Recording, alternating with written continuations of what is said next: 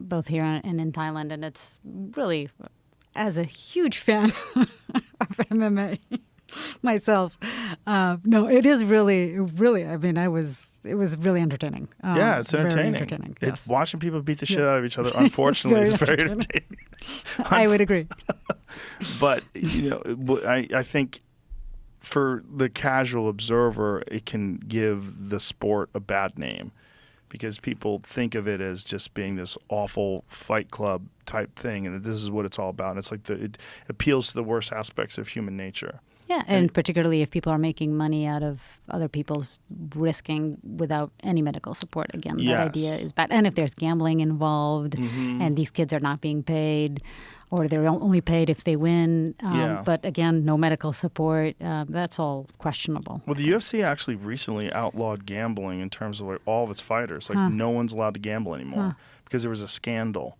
What was the scandal? One of the fighters apparently was injured, and it was revealed on an online forum in some way. And this is all, I don't know the full details because there's currently an investigation. So the coach was suspended, the fighter who was in question was suspended, and everyone from that gym where that coach trained is no longer allowed to compete in the UFC. Wow.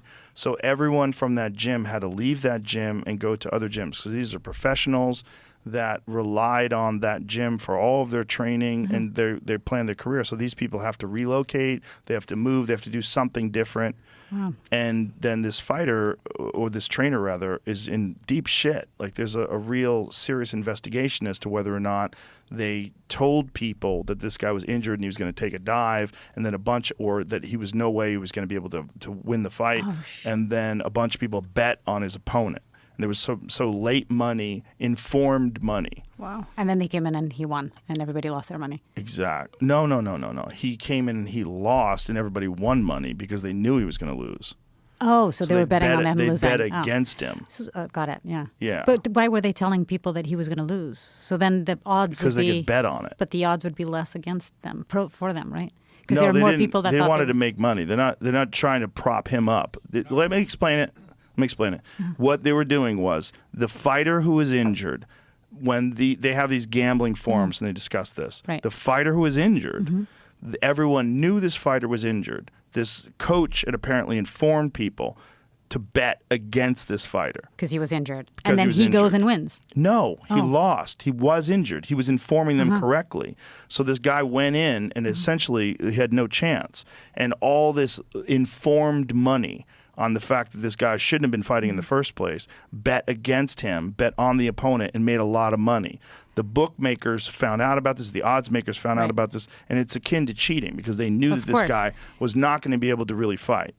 What would have been even smarter, because then the odds would have been more in favor of him, as if he had told a large group of people that he was injured, and in fact he wasn't injured, and he went there and won, and then everybody was betting against the opponent, and there were less people betting for him, so they would win more money. That's what I thought you were saying. No, you could do that, but then you would have to win. Make sure you win. Yeah, you'd have to actually win, and then when you're dealing with like an organization like the UFC, these fighters are well matched. So the odds of him just being able to win and lie about it, like that's there's no guarantee anyway. He could still get knocked unconscious even if he says, "Hey, I'm injured," but he's not. Of course, yeah. You can guarantee a lose, but you can't guarantee a win, right? Right. That's it. So if a guy's injured and you know he's going to lose, then people pushed there was too much money that was being bet, and that's what triggered the investigation. And then people found out that they had discussed the fact this guy was allegedly discussed the fact this guy was unable to really compete and fought. So now no cheating. one's allowed to bet in the UFC. You can't even bet on yourself, which I think is kind of fucked. Because like if a fighter is going to win, like let's say if your win bonus, your show money and win money is like $100,000 to show and $100,000 to win, which is often the case. A fighter could say, I'm going to bet $100,000 on myself because I'm going to fuck this guy up. And then he wins. Maybe he has good odds, and then you could bet on yourself. You can gamble, and guys have done that, and it's kind of exciting. Now you can't do that anymore. Can you bet in boxing? I do not know. That's a good question. I don't think boxing is regulated the way the UFC is, where there's not a primary organization. In boxing, you have a bunch of different promoters. So you have Golden Boy and Top Rank. You have all these different promoters. So it's not like one organization controls all the fighters that are in this league. Right. It's not like that's what the UFC does. The UFC is itself famous. It's like the NFL or the NBA. Right. Yeah. It's itself famous. Whereas in boxing, that's not really the case. Got it. In boxing, it's all about who is the champion. And champions will change promoters. They'll move to different organizations. But it's still Canelo Alvarez. It's still Floyd Mayweather. And that's what people pay to see. Yeah, with the UFC is the biggest name. Right. And that's what's different. Right. So the UFC, as an organization, said, you know what? We are going to ban all gambling because of this. So no one can gamble, including, I think, me. I think even commentators aren't allowed to gamble, which is interesting. Yeah, I'd assume not. If no one else is, why would you be able to? Yeah, but I mean, I can't affect the outcome. That's the thing. It's like, you know, if I am just calling a fight and I see the odds, I'm like, these odds suck. Like, I think this guy is going to beat this guy. Did you used to gamble? Wrong. Yeah, in the early days, because the odds were so terrible.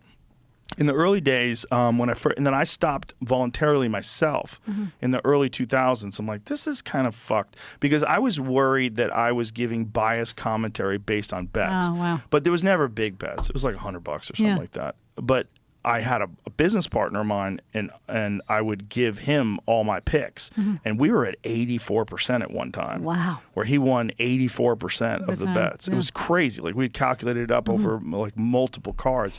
But a lot of it was because you were getting these guys like Anderson Silva, who's this elite fighter who came over from fighting in Japan and then fighting in England. You remember Anderson? I remember him. Oh my God. In his prime, he was the GOAT. Yeah. And so, like, when he first came to the UFC, I was like, bet the house on him. Brazilian. Yeah. I'm like, bet the house on Anderson. Right. And he actually fought Chris Lieben in his UFC debut.